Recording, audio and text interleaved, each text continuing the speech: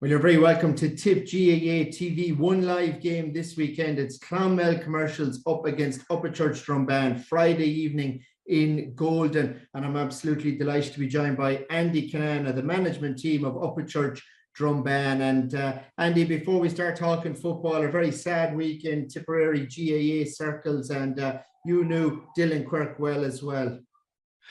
Yeah, Dylan would have worked at the same company as me, H&V Engineering, for 3 to 4 years. He would have served his time with us, and he actually ended up working inside in the Thurles office with us for a 6-month stint before he went back working with his father to help him with the growing business. It's a very sad day, as I suppose Drombane bounds with Rossmore, and we'd have a lot of ties with the Clonmel Rossmore GA club. So it's been a hard few days for everyone in the locality. Yeah, and may he rest in peace. And Andy, you're managing a team there, and it's difficult because you played hurling last Friday night, more or less the time that Dylan was playing against Kilruane McDonough's, and then you're out again this week, this Friday night against Clonmel Commercials. So a difficult week training wise, and just getting everybody's head in the right place for football. Yeah, we had a few guys that were either friendly with him or in school with him as well, so they couldn't make training. We went back yesterday evening there, they couldn't make it, and that was understandable from our side. So we done a light enough session there last night, and then we're going to go again Thursday night for a light session, a bit of kick around and a bit of tactics, and name the team, and hopefully we'll have a crack at Clonmel then on Friday evening. Yeah, and Commercials are one of the top teams in Tipperary. They've been thereabouts the last few years with Mile Rovers and with Lochmore Castellani. So Clonmel are a real big test for you this time out, and you're trying to get to that level, I presume, up to the level of Commercials.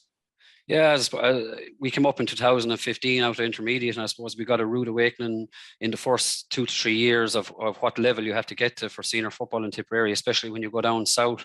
So I suppose we've been working on a lot over the last 5 to 6 years.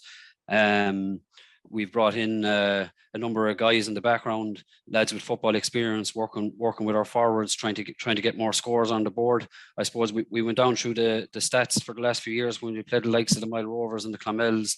We couldn't get too many scores on the board, so that's what we're trying to do this year. I suppose get a few more points on the board, hold up the ball on the inside line, and be with them at half time, and we'll have a good battle in the last 30 minutes going down the home stretch. And you had a good win in the first match, got it off to a good start and beat Care in the first match that you played in football, and you have 2 wins in hurling. So there's good momentum within Upperchurch Drombane at the minute. Yeah, we have a good group of guys. I suppose we put a lot of focus into last year. The fact we always know that 6-week back-to-back period is going to come between the football and the hurling. We do a lot of extra work in the stretch in front with them, rope work, foam rolling, just to make sure that they're fully fit going into all the matches. And last year we came through with a clean bill of health, and so far this year we've been the same. I suppose in the last 2 to 3 years we've started to turn over maybe 1 or 2 South Tipperary teams.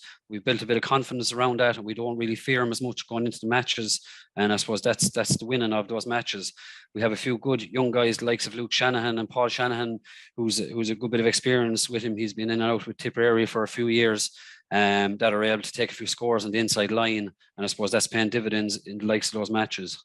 And like you mentioned Luke Shanahan there, he was a Tipperary under-20 hurler. So like you have a lot of lads that are playing hurling and football, and that is the secret, I suppose, that they know how each other play both games.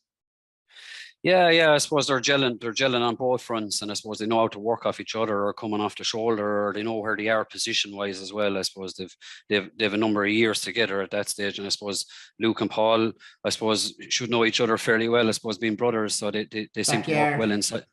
Yeah.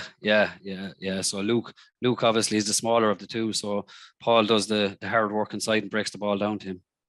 And those two are very important, but there's a lot of players there that playing hurling as well, Jack Butler and these guys, and Colin Ryan, that they're all involved out the field in hurling and football, and they're playing together a few years now. They build up good experience.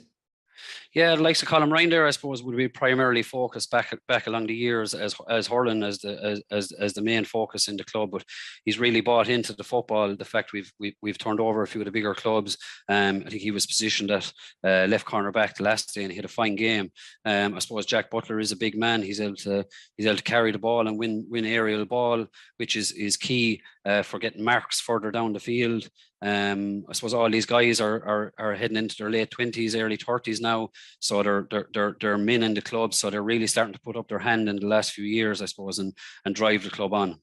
Yeah, and to get to that level, Andy, you said when you arrived up in 2015, but to get to that level where you're taking on Lockmore and Commercials consistently, like a lot of work has to go into it, training wise, fitness wise, and so forth.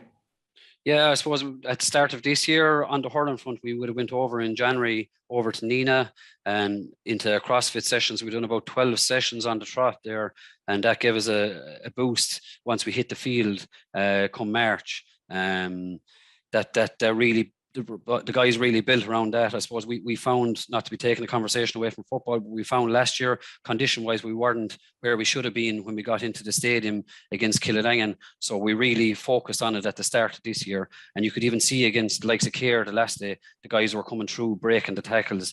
They were a bit more physically, that one more year more physically strong, coming up against the bigger teams. That seems to be paying dividends for us this year. So Golden 7 o'clock against Commercials on Friday evening, and there's no better test, I'd imagine, in Tipperary football.